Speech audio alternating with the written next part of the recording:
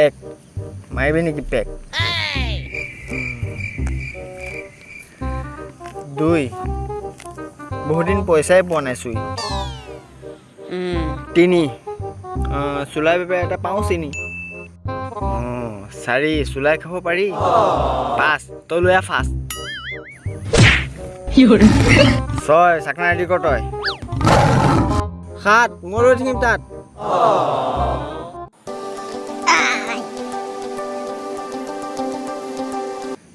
আঠ আজিলৈ চুৰু কৰ পাঠ।